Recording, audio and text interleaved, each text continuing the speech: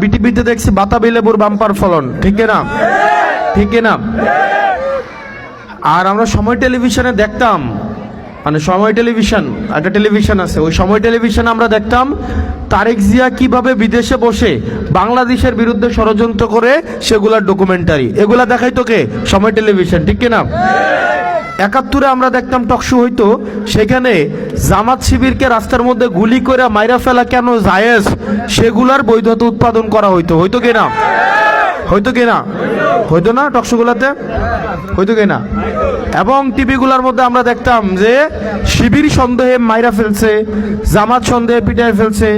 গোপন জায়গা থেকে কিছু বই সামনে থাকতো, 15-20টা বই দিয়ে বলতো যে জঙ্গিদের আস্তানা, জঙ্গি সন্দেহ, অস্ত্রসহ দেশি অস্ত্র, হামলা প্রস্তুতিকালীন এতজনরে ধরছে, অতজনরে ধরছে। মিডিয়াগুলোতে গেলে দেখছি কিনা? দেখছি কিনা? দেখছি না?